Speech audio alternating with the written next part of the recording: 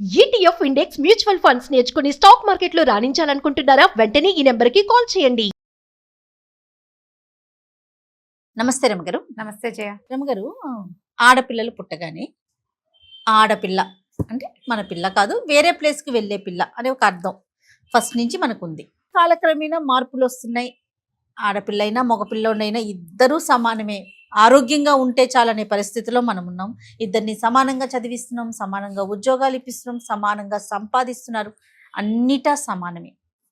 కానీ ఈ మధ్యకాలంలో ఒకటి చూస్తూ ఉన్నాం రమ్మగారు, పెళ్ళయ్యే వరకు తండ్రి సమక్షంలో, పెళ్ళైన తర్వాత భర్త సమక్షంలో ఉంటున్నాం మేము. మాకంటూ ఒక ఇల్లు, ఒక ఒక హోదా అనేది మాకు ఉండట్లేదు కదా. అంటే నాకు ఎట్లా చెప్పాలో తెలియట్లేదు. నేను చూసిన కొన్ని క్లిప్పింగ్స్ చూసి మిమ్మల్ని అడుగుతా ఉన్నాను. మాకంటూ సొంతంగా ఏం లేదు కదా, ఎంతసేపు ఇంకొకరి మీద మేము ఆధారపడటమేనా, ఇటు తండ్రి కావచ్చు అటు భర్త కావచ్చు అనే ఒక వాదన. మేము సొంతానికి ఏం చేయాలి అనేది, అది ఎంతవరకు సమర్థనీయం అండి? అంటే వీళ్ళ సొంతానికి వీళ్ళకి కూడా ఓ ఇల్లు కావాలంటారా?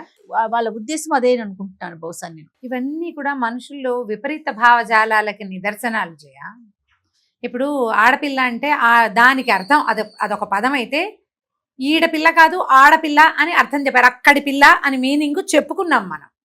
మగపిల్లవాడు ఆడపిల్ల అని చెప్తారు. ఆడతనం అంటే ఏమిటి? అక్కడితనం అని కాదు, స్త్రీత్వానికి ఒక పదం అమ్మా అది. దీనికి ఈడ ఆడ అనే రెండు పదాలు ఉంటే దీన్ని తీసుకుపోయి ఆడలో కలిపారు, కలిపి చెప్పారే గాని మీరు ఇక్కడికి చెందని వాళ్ళు అక్కడికి చెందిన వాళ్ళు అన్న భావాలు కాదు. ఎక్కడ చెందిన వాళ్ళైనా సరే స్త్రీ లేందే జననం లేదు, అంతే కదా. ఇక్కడ ఒక స్త్రీ వల్ల కలిగిన స్త్రీ శిశువు ఇంకో చోట ఇంకొక సంతానానికి కారణం అవుతుంది. ఆడవాళ్లతోటే ప్రపంచం ముడిపడి ఉంది. ఇప్పుడు ఇందులో ఆడాళ్లతోటే ఉందంటే మగవాడు లేడంటే ఉన్నాడు, మగ ఆడ ఇద్దరితోటే కదా ఉన్నది. ఇప్పుడు ఇది నా ఇల్లు కాదు, నాన్నిల్లు నాన్నది, భర్తిల్లు భర్తది, నాకేది ఇల్లు, ఇదే నీ పాయింట్. అంటే నాన్నిల్లుని నువ్వు సొంతం చేసుకోవా? నాన్న నీవాడైతే నాన్నిల్లు నీది కాదా? ఒకటి, నాన్నవన్నీ నీవే, నాన్న ఆస్తి నీది, నాన్న ఇచ్చిన జీవితమే నీది. ఇప్పుడు నాన్నది నీదే కదా, అక్కడ ఉన్న నాళ్ళు అది నీదే. నువ్వు భర్త ఇంటికి వచ్చావు, భర్తని ఎందుకు ఇచ్చారా? మా ఊరికే 4 రోజులు వాళ్ళ ఇంట్లో ఉండి వాళ్ళ పిల్లలు కానీ మన ఇంటికి వచ్చేయమనే కాదు కదా. అతనితోటి శాశ్వతంగా జీవిత పర్యంతం చివరి వరకు అతనితోటి ఉండమని పెళ్లి చేశారు. అతన్ని ఓన్ చేసుకుంటే భర్త ఇల్లే నీ ఇల్లు అవుతుంది. మామూలుగా మనకి మాటల్లో చెప్పుకుంటాం అదే, అత్తగారిల్లు అమ్మగారిల్లు అంటామా, నాన్నిల్లు భర్తిల్లు అంటారామా లోక సహజంగా. మీ ఆడపిల్ల పదం లాగానే అమ్మ వాళ్ళిల్లు అమ్మగారిల్లు అత్తగారిల్లు ఏంటి మరి, మావగారిల్లు అనలేదు, నాన్నగారిల్లు అంటలేదు అనము. చిన్న బుడ్డాన్ని ఇప్పుడు నీ కూతుర్ని ఏమో పండగ సెలవులకు ఊరు వెళ్తావంటే వెళ్తా అంటుంది. ఎక్కడికి వెళ్తా అంటే అమ్మమ్మ గారింటికి అంటుందా, లేకపోతే నానమ్మ వాళ్ళ ఇంటికి అంటుంది. నానమ్మ ఇంటికి వెళ్తారు, అమ్మమ్మ ఇంటికి వెళ్తారు పిల్లలు, తాత వాళ్ళ ఇంటికని ఒకళ్ళు కూడా చెప్పరు. ఎవరైనా చెప్తారమ్మా? మీరు చెప్పారా ఎప్పుడైనా? లేదు. ఇది మనం ఓన్ చేసుకోవటంలోనే ఉంది జయ. ఇప్పుడు నాన్న ఇల్లు ఉన్నది, తర్వాత భర్త ఇల్లు ఉన్నది, అవి వాళ్ళవే మావి కాదు అంటే వాళ్ళు మిమ్మల్ని ఓన్ చేసుకోలేదా? మీరే వాళ్ళని ఓన్ చేసుకోలేకపోతున్నారా? నాన్నకో ఇల్లుండి భర్తకో ఇల్లు, నీకు కూడా ఓ ఇల్లు ఉండాలా? నిజంగా నీ ఇంట్లో నువ్వు ఉంటావు, నీతో ఎవరుంటారు? పోనీ నువ్వే ఓ ఇల్లు కొనుక్కున్నావు అనుకో, ఓ పిల్ల ఇప్పుడు ఉద్యోగస్తులు అయ్యారు, ఇది వరకు లేవు ఉద్యోగాలు వచ్చి ఓ ఇల్లు కొన్నావు, నీ భర్త వచ్చి నీతో ఉంటాడు. కొంత జరగచ్చు, ఇలా అవ్వటానికి అవకాశం ఆడపిల్లలు కొన్న ఇల్లే. అంతేగాని మీరు పెళ్లిళ్ళు చేసుకోకుండా ఇల్లు కొనేసుకోండి, మీ ఇల్లు మీకు ఉంచుకోండి, ఇది నాది, కావాలంటే నువ్వే పో అనొచ్చు మొగుడిని. అందుకోసం నా ఇల్లు అంతేనా? ఇంకేమైనా వేరే పాయింట్ ఉందా? నేను దేనికి చెందిన దాన్ని అంటే నువ్వు అందరికీ చెందిన దానివే. నువ్వు నీ లోపల ఇలాంటి భావాలు పుడితే నువ్వు దాని వెనకాల పరిగెత్తి నీతో పాటు ఒక గుంపుని కూడా అలా ముందుకు తీసుకెళ్తే మీరు ఎవ్వరికీ చెందని వాళ్ళుగా ఉండిపోతారు. అది అర్థం చేసుకోవాలి. ఇప్పుడు ఇందులో ఆడపిల్లల్ని డిస్కరేజ్ చేయడం, మగపిల్లల్ని ఎంకరేజ్ చేయడం ఏం లేదు జయ. మనం కూడా ఆడపొట్టుకే పుట్టాం, మనకి ఆడపిల్లలు పుడితే అందరి పిల్లలకి ఉంటాయి. ఏదో ఒక దశలో నాదంటూ నాకు లేదు అని మీకు అనిపించవచ్చు. అవతల వాడు ఆ మాట అనేదాకా తేవద్దు, తీసుకురావద్దు. ఎప్పుడైనా ఇంటికి ఇల్లాలంటారు, అంతే కదా. ఇంటి మగాడు పదాలు ఎక్కడైనా విన్నావా మనం? అసలు తెలుగు భాషలోనే లేదు, ఇంటికి ఇల్లాలే ఉంది. అది కదా మన సంస్కృతి. అదే కదా మన సంస్కృతి. మీకు ఓన్గా కావాలంటే మీ కాళ్ళ మీద మీరు నిలబడాలి. ఈ సొంతంగా నాకే ఒక గూడు నేను ఏర్పరచుకుని నా గూట్లో వంట చిలకలాగా నేను ఉండాలని కోరుకుంటే మీకు ఒంటరితనమే ఉంది, ఇంకా జంటతనాలు ఏముంది, జీవితం ఏది, మా సొసైటీ ఏది మీతో? ఇప్పుడు మీరు అన్నట్లుగా ఉద్యోగం చేసుకుంటున్నారు, సరే ఇల్లు వాకిలి సంపాదించుకుంటారు, తర్వాత ఏంటి నెక్స్ట్? తర్వాత ఒంటరితనమా? కాదు కదా, సొసైటీ మన లేదు సంసారం ఇటు ఏది? తల్లిదండ్రులు, ఇక్కడ కూడా మళ్ళీ చూడండి, ఇటు తల్లిదండ్రులైనా చూసుకొని వాళ్ళతో పాటు అయినా కలిసి నువ్వు ఉండాలి, ఉండాలి. నీ సంపాదనతో నీ ఇంటితో, హ్మ్. లేదా ఇంకొకరిని వివాహం చేసుకుని అతనితో అయినా ఉండాలి కదా. అబ్బే నాకు అది వద్దు ఇది వద్దు అంటే మీరందరూ ఒంటరిగా ఉంటారు. మీ అమ్మలు కూడా ఆ పని చేస్తే ఎలా ఉండేది? మనం ఎక్కడి నుంచి మనం వచ్చాము? ఎక్కడి నుంచి వచ్చేవాళ్ళం? మనం ఇంత సొసైటీ వృద్ధి పొందినప్పుడు అమ్మ ఇలాంటి భావాలు ఏదో ఒక దశలో కలుగుతాయి జయ. మగవాళ్ళ దౌష్ట్యము, పోట్లాట కోరుతనము, వాళ్ళ వ్యసనాలు, వాళ్ళ ఇతరత్ర వ్యవహారాల వల్ల ఏదో ఒక దశలో ఇది నా ఇల్లు నువ్వు పో బయటికి అంటారు వాళ్ళు. మగవారు అన్నప్పుడు అప్పుడు మనకేంటంటే అయ్యో నాకేం లేదే, నేను సొంతంగా నాకు ఒకటి లేదే అలా అనిపిస్తుంది. నా కాళ్ళ మీద నేను నిలబడాలి అలాంటి ఆలోచన వస్తుంది అనిపిస్తుంది. ఇప్పుడు నీకు ఆల్రెడీ నువ్వు నీ కాళ్ళ మీద నువ్వు ఉంచితే నీ గూడో వాకిలో నీది నువ్వు పెట్టుకోవచ్చు. ఇది అసలు ఆడపిల్లలే రేపొద్దున నేను అసలు భర్త ఇంటికే వెళ్ళను, నా ఇంటికే నేను వెళ్తాను లాంటి విపరీత భావజాలాల్లోకి వెళ్ళడం వల్ల ఏమవుతుందంటే మన దేశం ఆల్రెడీ అమెరికా అవడానికి సిద్ధంగానే ఉంది విడాకులతోటి. ఇప్పుడు ఇంకా ముందుకెళ్తుందమ్మా. ఫారిన్ కంట్రీస్లో 15 వచ్చేసరికి కార్ డ్రైవింగ్ నేర్పిస్తున్నారు జయ, వాళ్ళకి డ్రైవింగ్ వచ్చేస్తుంది. 18 వచ్చేసరికి పిల్లలు ఇళ్లలో నుంచి బయటికి వెళ్ళిపోతారు. వాళ్ళు చదువులు మానేసినా, వాళ్ళకి ఇష్టమైన కెరీర్ తీసుకున్నా తీసుకోపోయినా, ఏం చేసినా ఏం చేయకపోయినా వాళ్ళ మీద పేరెంట్స్ తాలూకు పెత్తనం లేదు. ఆ 10-18 ఏళ్ల లోపల కూడా తల్లిదండ్రులు వీళ్ళని బలవంత పెట్టినా, కొట్టినా, తిట్టినా, ఏదైనా విషయంలో వీళ్ళని బలవంతం చేసినా వెంటనే పోలీస్ కంప్లైంట్లు, పోలీసులు వచ్చి పిల్లల్ని సెపరేట్ చేస్తారు పేరెంట్స్ నుంచి. పిల్లలు వాళ్ళ ఇష్టారాజ్యంగా పెరుగుతారు. వాళ్ళ కాళ్ళ మీద వాడు నుంచుంటాడో పడుకుంటాడో పాకుతాడో వాడి తంటాలు వాడు పడతాడు. ఫ్యామిలీ సొసైటీ అనేది లేదు అక్కడ. అవును, అమ్మ నాన్న వాళ్ళ దారిని వాళ్ళు ఉంటారు, పిల్లలు వాళ్ళ దారిని వాళ్ళు ఉంటారు. సంవత్సరానికి ఓసారో 2 సార్లు థ్యాంక్స్ గివింగ్ డేకి, ఫాదర్స్ డే, మదర్స్ డే, ఈ డేలకి కలుసుకుంటారు. కుటుంబ వ్యవస్థ చిన్నాభిన్నం ఆల్రెడీ అయిపోయింది అక్కడ. అయిపోయాక ఏమైంది, వాళ్ళందరూ ఒంటరితనాలతోటి డిప్రెషన్స్కి లోనైపోయి రకరకాల మానసిక సమస్యల్లోకి లోనై విపరీతంగా థెరపీలు తీసుకుంటారు ఈ లోన్లీనెస్ కోసం. థెరపిస్టులు ఎక్కువ అక్కడ, ప్రతి వాళ్ళకి థెరపిస్టే. పేరెంట్స్ ఉంటే ఉన్నారని, లేకపోతే లేరని, నాకెవరు లేరు, నేను ఎవరికి చెప్పాలి, నేనేం చేయాలి, నేను ఒంటరిగా ఉన్నాను, I'm feeling lonely, I'm that this, వీటన్నిటికీ థెరపీలు.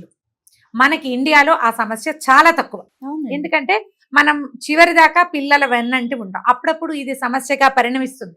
పేరెంట్స్ తాలూకు బలవంతాల వల్ల పిల్లలు కొంత ప్రెస్ అవుతారు, కానీ పేరెంట్స్ సహాయంతో పిల్లలు బాగుంటున్నారు ఇండియాలో. ఇప్పుడు ఈ ఆడపిల్లలకి నీది నువ్వు ఏర్పరచుకో, నీ ఇల్లు నాన్నిల్లు నీది కాదు, నీది కాదు, నీది నీకే, నీ ఇల్లు నువ్వు సంపాదించుకో, నీ గూడు నువ్వే ఏర్పరచుకో, అప్పుడు నువ్వు అమెరికా వెళ్ళిపో, ఇండియాని అమెరికాని చేసే నువ్వు. ఈ భారతదేశంలో మనకు ఉన్నది ఏమిటి, సమిష్టి కుటుంబ వ్యవస్థ. మనం అన్నదమ్ములతోటే సెపరేట్ అయిపోయి, అన్నదమ్ములు మనం కలిసి ఉండట్లేదు, కలిసి ఒక చోట వండుకొని తింటలేదు. అసలు మన దగ్గర పూర్వకాలం నుంచి ఉన్నటువంటి ఉమ్మడి కుటుంబ వ్యవస్థకి ఆల్రెడీ నీళ్ళు వదిలేసాం మనం. అవును, వదిలేసి అప్పుడప్పుడు అయినా కుటుంబాలు కలుసుకునే పద్ధతిలో ఇంచి కూడా అసలు కలుసుకొని సంవత్సరానికి ఒకసారి కాదు 10 ఏళ్లకోసారి అన్నదమ్ములు అక్క చెల్లెళ్ళు కలుసుకునే దౌర్భాగ్యపు సమాజంలోకి ఆల్రెడీ వచ్చేసామమ్మా. అందుకే మనకి నాకు పెద్దవాళ్ళు లేరు, నాకు చెప్పేవాళ్ళు లేరు, నా డెలివరీ అప్పుడు నాకు పోస్ట్ పార్టం, ఈ పోస్ట్ పార్టం ఎంత ఎక్కువగా ఉంది జయ.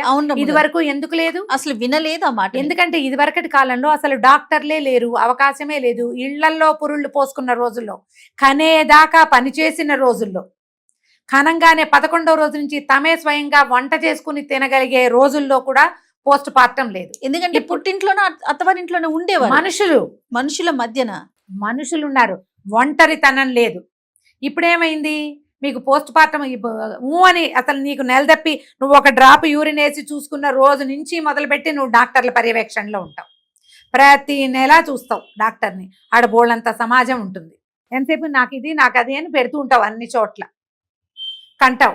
కానీ ఏ రోజున కూడా నీ చుట్టూ 5-6 ఉంటారు, భర్తలు వచ్చి నుంచుంటారు. అయినా నీకు పోస్ట్ పార్టం ఎందుకుంది? ఎందుకంటే నీకు మనుషులతో అవసరాలు ఉన్నప్పుడు నువ్వు మనుషులందరినీ తృణీకరించేస్తావు. నీకు మానసికంగా నువ్వు బలహీనపడ్డప్పుడు నీ వెనకాల నుంచోటానికి మనుషులు లేకుండా చేసుకుంటున్నాం మనం.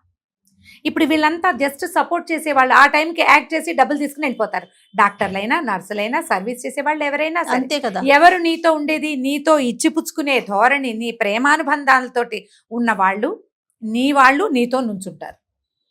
నాన్నిల్లు నాది కాదు, మొగుడిల్లు నాది కాదు, నా ఇల్లు నాదే, నాకు వేరే ఉండాలి అని నువ్వు భావిస్తే నీ ఇంట్లో నువ్వు ఒకదానివే అఘోరిస్తావు. దిక్కుమాలిపోవటం అనే పదం ఉంది చూసావా, ఇక్కడ వస్తుంది అది.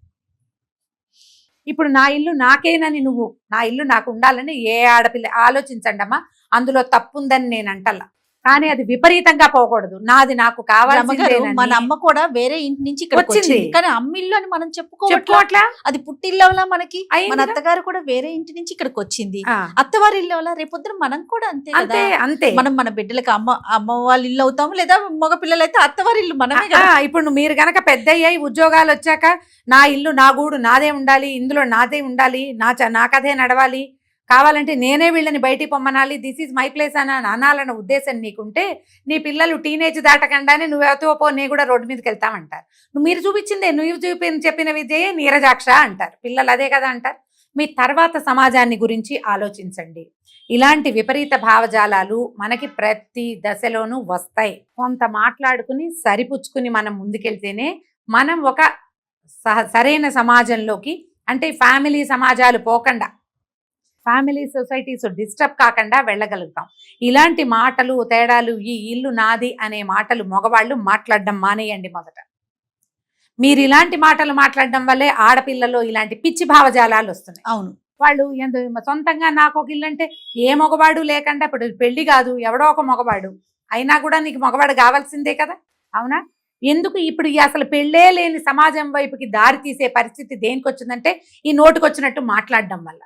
మగ పిల్లలైనా ఆడపిల్లలైనా మీరు ముందు మగవాళ్ళు ఇది నా ఇల్లు నువ్వో అని అనకూడదు. ఎస్, వివాహం చేసుకున్నాక మీ ఇల్లు మీ నాన్న కట్టినా, మీ తాత కట్టినా, ముత్తాత సంపాదించి ఇచ్చినా కూడా మీతో పాటు 100% భాగస్వామ్యం మీ భార్యది.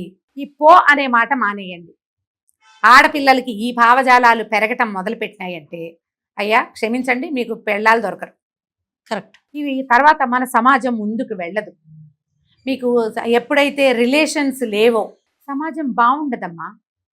అప్పుడప్పుడు ఈ రిలేషన్స్ వల్ల మనం బాధపడతాం, ఇబ్బంది పడతాం.